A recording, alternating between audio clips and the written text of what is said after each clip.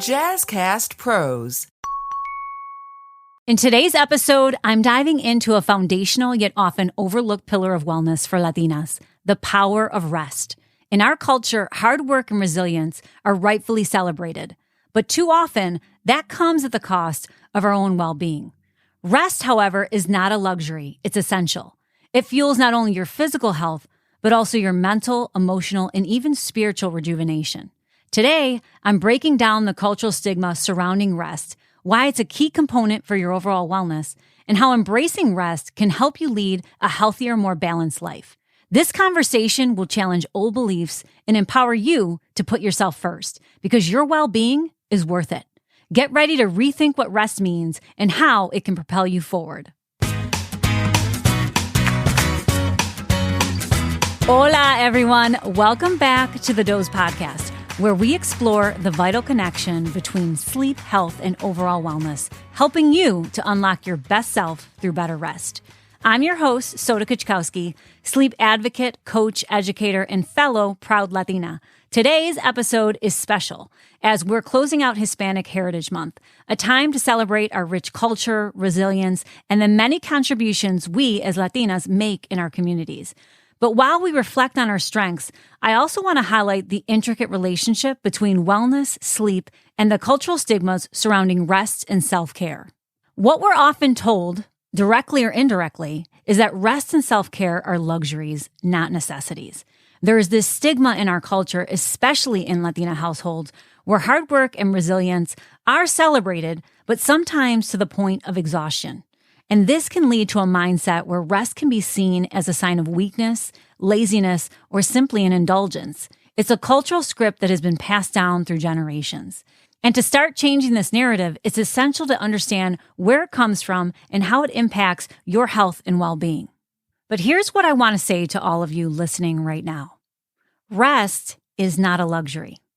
It's not something that you have to earn. Rest is a basic human need.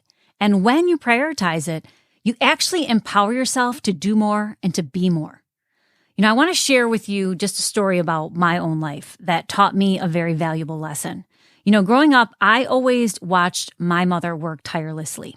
I always saw how hard she worked. She faced many struggles learning to speak English, at a late age and then going on to the university and getting her PhD. But no matter what came her way, she always found a way to pick herself back up and to keep going. And she instilled in me a mindset of hustle and perseverance, one that I still value today. But something changed when I was a freshman in college. My mother was diagnosed with a brain tumor, and that moment flipped my world upside down. For the first time in my life, I didn't just see her strength. I saw her vulnerability, her fragility, and her humanity in a way I had never had before. This woman who had always been a pillar of strength was now facing her own battle, and it really scared me. The stress and the anxiety were overwhelming, and for the first time, I myself struggled to keep moving forward. But it taught me that not everything is always as it seems, and that strength doesn't mean being invincible or having to go at it alone. After her recovery, something shifted. Wellness and health became a much larger part of both of our lives. My mother has always pushed herself to the limit, but she then started to encourage me to slow down and to rest and to practice gratitude.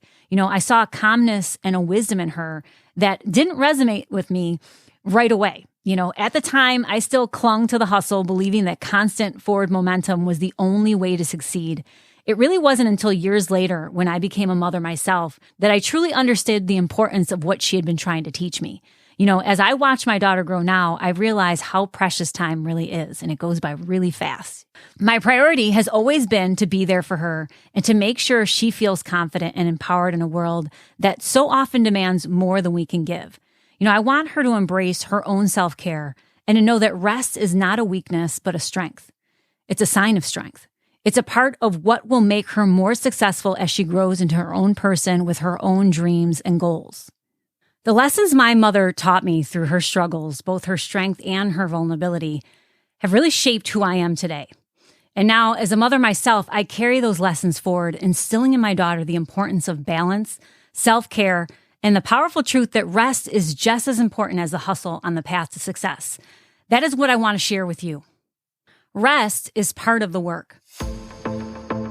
So then how do we begin to change these deeply ingrained cultural perceptions? Well, it starts with us. We need to shift the narrative within our families and our communities to see rest not as a sign of weakness, but as an essential aspect of health. I want to emphasize the power of rest. It's not just about physical recuperation. It's about mental and emotional rejuvenation. By embracing rest, you're not just improving your health, you're fostering resilience in a more sustainable way. And we can shift this narrative and begin to embrace it by understanding that first, rest is a tool for resilience. As Latinas, we pride ourselves on being strong, resilient, and adaptable. But resilience is not about pushing through exhaustion. It's about knowing when to rest and recharge so that you can keep moving forward. By embracing rest, you're building the stamina you need to stay in the fight for equality and fairness, not just in things like equal pay, but in every aspect of your life. Second, to set boundaries around rest. Let's be real. As women, and especially as Latinas, we often carry the weight of our families, our communities, and our work on our shoulders. But it's time that we start to set boundaries. No is a complete sentence. Whether it's declining an extra project at work or asking for help at home, we need to protect our time for rest. If we don't set those boundaries, no one else will. You need to schedule downtime. Just as you would schedule meetings or appointments, block out time in your calendar for rest, whether it's short breaks throughout the day or longer periods during the weekend. Having scheduled downtime ensures you prioritize rest. Third, understand that self-care is a form of activism. I know that may sound strange, but I truly believe that self-care is a form of activism. By prioritizing your health, mental, physical, and emotional, you're saying that you matter. You're pushing back against the systems that devalue and claim your time as their own. You're creating a model of wellness for the next generation of Latinas, showing them that it's okay to rest, it's okay to take care of yourself, and that self-care is part of what will help you elevate yourself. Which then brings us to how can you integrate more rest into your life?